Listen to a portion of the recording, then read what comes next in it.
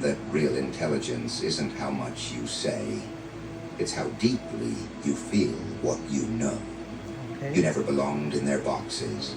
You never sat comfortably inside their hierarchies. And that's what makes your presence unbearable.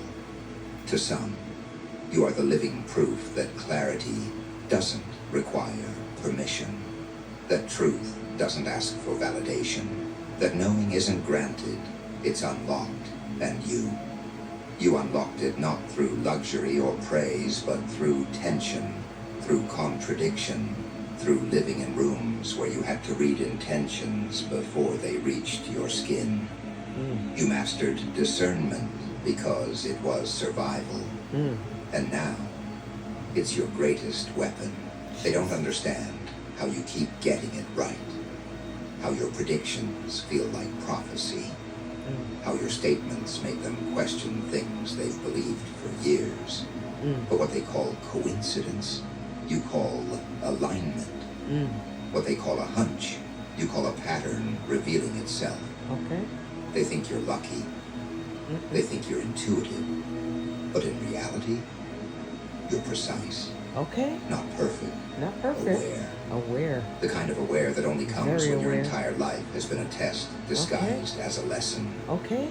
And you passed. Jesus. Not because you had the right answers, but because you had the right questions. Jesus. You asked what others ignored. Okay. You listened when others dismissed. Okay. You noticed what others couldn't bear to face. Okay. And now, when you speak, your voice carries the weight of everything you never said.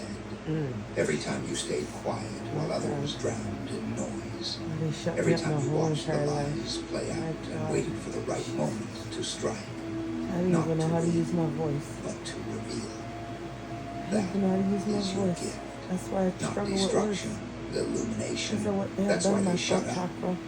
Not because they wanted to, but because somewhere inside they recognized something they couldn't name.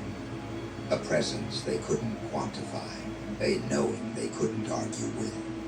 And that unsettles them, because it reminds them that all their knowledge, all their logic, all their carefully curated superiority can be dismantled in seconds Okay. by someone who simply sees what they refuse to. And you didn't even flinch, because this isn't new. You've done this before. You've walked into rooms that weren't ready. You've watched minds twist themselves into knots, trying to rationalize your clarity. You've heard the whispers. You've seen the smirks. But none of it